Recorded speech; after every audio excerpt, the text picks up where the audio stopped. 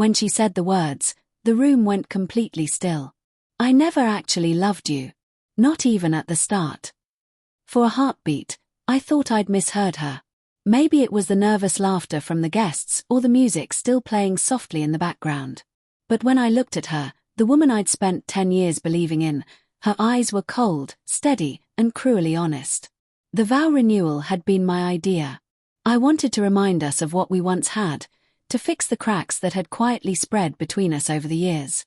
I planned every detail, the roses she loved, the string quartet, the venue overlooking the water. I even wrote vows that took me weeks to perfect. They were raw and heartfelt, filled with memories that mattered to me more than I realized until I spoke them aloud. But when it was her turn, she smiled thinly, like someone reading a script she hadn't agreed to perform.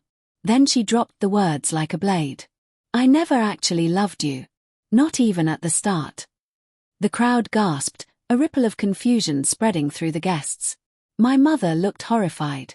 My best friend froze mid-smile. And I just stood there, clutching her hands that had already gone limp in mine. Emily, I said quietly, my voice shaking. What are you doing? She pulled her hands free and sighed, almost impatiently. You wanted honesty, didn't you? You wanted to start fresh. I'm giving you the truth. Laughter rippled from someone who thought it was a joke, but her expression didn't change. The realization settled in. This wasn't a performance. This was real. I felt my stomach twist. My mind scrambled for meaning, for something to hold on to. I stared at her, the woman I'd proposed to under a rainstorm, the woman who once cried when I got her a second-hand piano because she missed playing. I couldn't understand the stranger standing in front of me now. I forced a tight smile for the guests. Can we have a moment, please? The murmurs rose again as I guided her away from the crowd, through a side door into the empty hall behind the venue. My heart was pounding so hard I thought it might burst. Tell me what that was, I said. Please. Because if this is some kind of twisted joke. It's not a joke, Daniel, she said, folding her arms. I can't do this anymore. Pretending. Smiling. Acting like this marriage means something. The fluorescent lights overhead hummed faintly. So you thought humiliating me in front of everyone was the way to end it? Her tone was flat. At least now you know. You can stop wasting your time. I stared at her. I wanted to yell, to demand an explanation. But instead, I just felt hollow. How long have you felt this way? She shrugged. Since the beginning.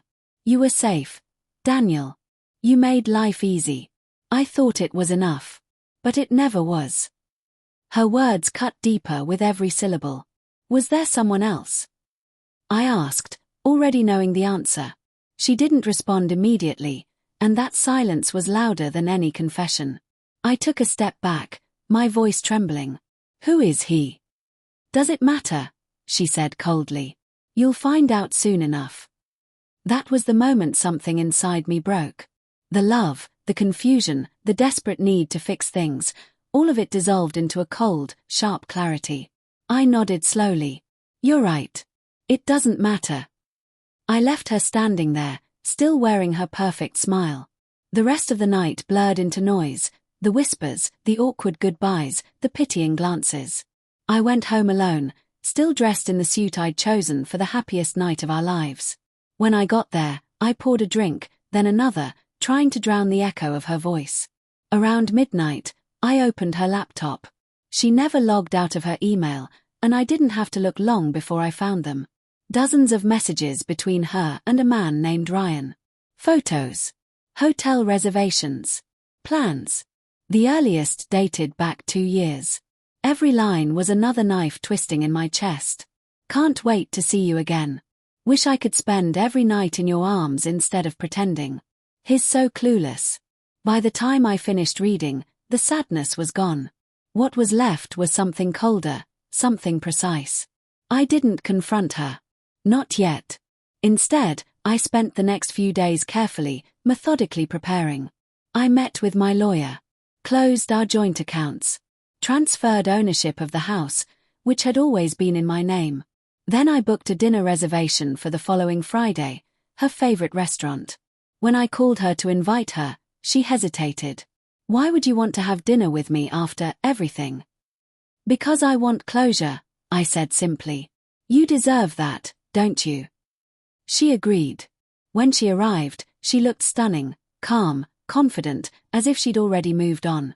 I watched her order her usual glass of red wine, her tone light, almost smug. I didn't expect you to take this so well, she said, stirring her drink. I smiled. I guess I'm full of surprises. She leaned forward, lowering her voice. You'll understand one day, Daniel. We were never right for each other. Maybe not, I said softly. But I'm glad I finally know who you are. Her brow furrowed slightly, but before she could speak, the waiter came with the check. She reached for her purse, only to freeze when her card was declined. She tried another, and then another. Must be a mistake, she muttered. It's not, I said. All our accounts were joint, remember? I closed them. Her head snapped up, her expression turning sharp. You can't do that. I already did. The car, the house, the savings, they're all mine. You married me for comfort, didn't you? You said so yourself. Well, I hope Ryan's comfortable enough for the both of you. Her face paled. You vindictive bastard. I stood, placing a few bills on the table for my drink. No, Emily. Just a man you underestimated. I walked away, leaving her staring after me, her perfect facade cracking for the first time. The next day, she tried calling, then texting, then showing up at my office, crying, apologizing, begging for another chance. But I didn't respond. I'd already signed the divorce papers and mailed them to her lawyer. Months later, I heard she and Ryan didn't last. He left her after a few weeks, once the money dried up. She moved out of town, and that was the last I ever saw of her.